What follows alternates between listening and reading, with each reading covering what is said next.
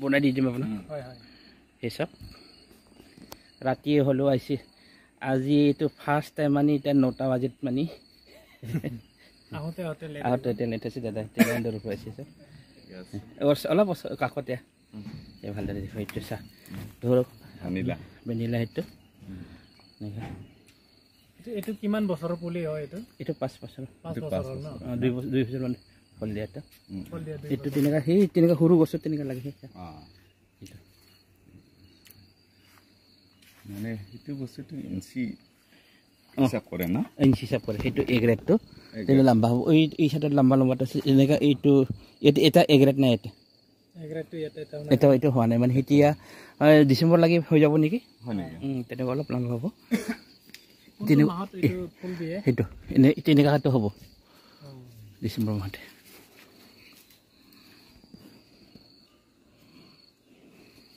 ইয়াৰ ফুল দিয়াটো কোনটো মাহ আছিলে